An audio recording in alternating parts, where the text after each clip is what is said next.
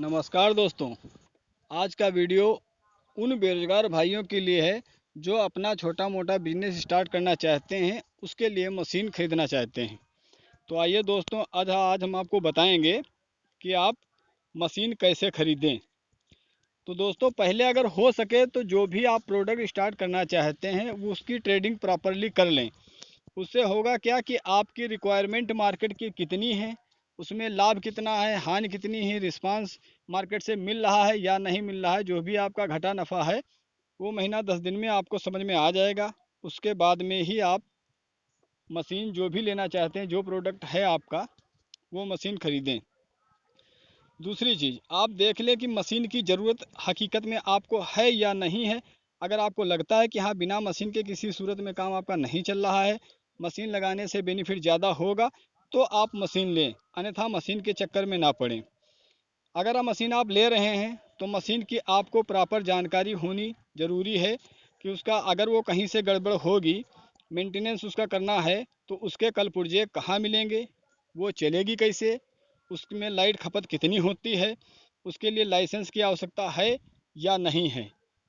मान लीजिए मशीन आपकी गड़बड़ हो जाती है, आप रहने वाले यूपी के हैं, मशीन आप लिए हैं मुंबई से, तो आप कैसे विक्रेता से, मैन्युफैक्चरर से बात करेंगे, वो पुर्जा आपको कैसे उपलब्ध कराएगा। इन चीज़ों का विशेष ध्यान रखें। दूसरी चीज़, लाइसेंस के लिए देख लें, कुछ चीज़ों में, कुछ मशीनों में आपको लाइसेंस की आवश्यकता होगी। तो उन जैसे जो भी खाद्य पदार्थ आप बनाएंगे, पानी वानी पैक करेंगे, तो उसके लिए आपको लाइसेंस की आवश्यकता होगी। तो आप लाइसेंस कैसे बनेगा, कहाँ बनेगा, उसकी जानकारी होने के बाद में ही आप मशीन लें। ये नहीं कि आप मशीन ले लिए, बाद में लाइसेंस के लिए भटक रहे हैं। अच्छा, इसके बाद में आते हैं मशीन की कीमत।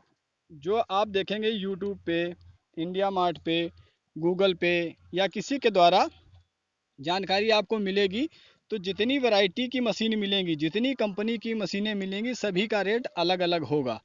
क्या होता है कि दोस्तों, जब मशीन हम लेने जाते हैं तो हमारे दिमाग में एक उत्तेजना होती है बिजनेस स्टार्ट करने की, कि फटाफट ले आएँ, फटाफट स्टार्ट करें। उस कंडीशन में होता क्या है, सामने वाला आपको एक मशीन बताएगा 30,000 की, जब आप लेने जाएंगे तो सेम मशीन में थोड़ा कलर ही चेंज होगा, बाकी उसके क्वालिटी में, प्रोडक्शन में कोई चेंजिंग नहीं होगी। एक आपको मशीन बताएगा 20,000 की, दूसरा बताएगा 30,000 की, तीसरी बताएगा 40,000 की।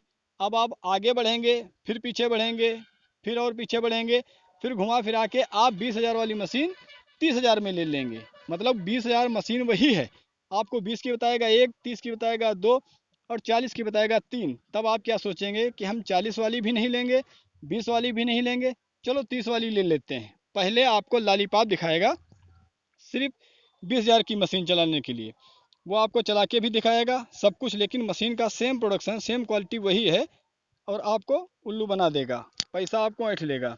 उसके बाद में आप पेमेंट मोड कैसे कर रहे हैं, ये देख लीजिए। किसी भी सूरत में आपको एडवांस पेमेंट नहीं करना है। अगर आप एडवांस पेमेंट कर दिए, तो चाहे आप इंडिया मार्ट के द्वारा ही क्यों न करें, आप 10,000 का पेमेंट करेंगे तो घुमा के आपको 9,000 ही मिलेगा, वो भी 2-3 महीने बाद।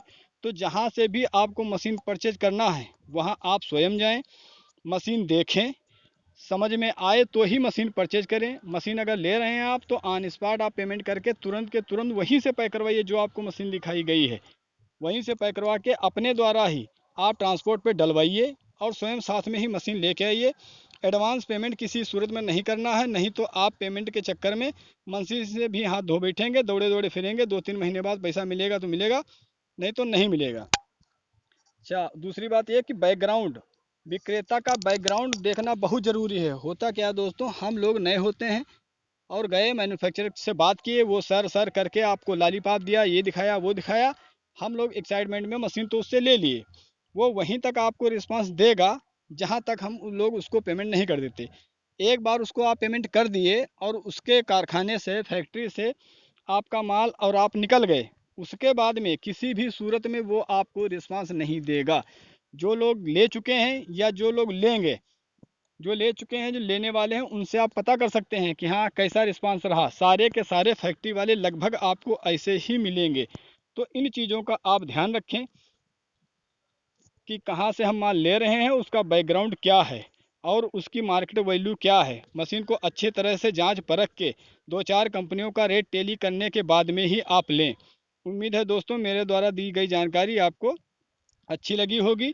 तो मेरे चैनल को प्लीज़ आप सब्सक्राइब करें न करें, कमेंट करें न करें, कोई बात नहीं, लेकिन आप लाइक अवश्य कर दें ताकि हमारी हौसला अफजाई होती रहे और हम आपके लिए नए नए वीडियो बनाते रहें। धन्यवाद दोस्तों।